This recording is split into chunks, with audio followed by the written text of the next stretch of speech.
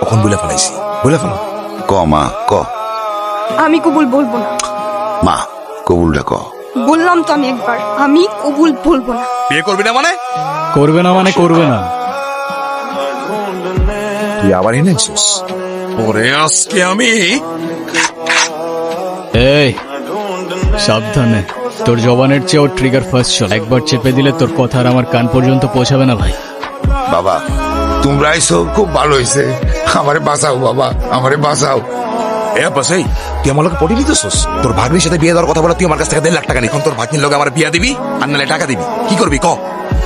একটা মানুষ এতটা স্বার্থপর হয় কিভাবে? আপনার নিজের মেয়ে হলে এটা করতে পারতেন?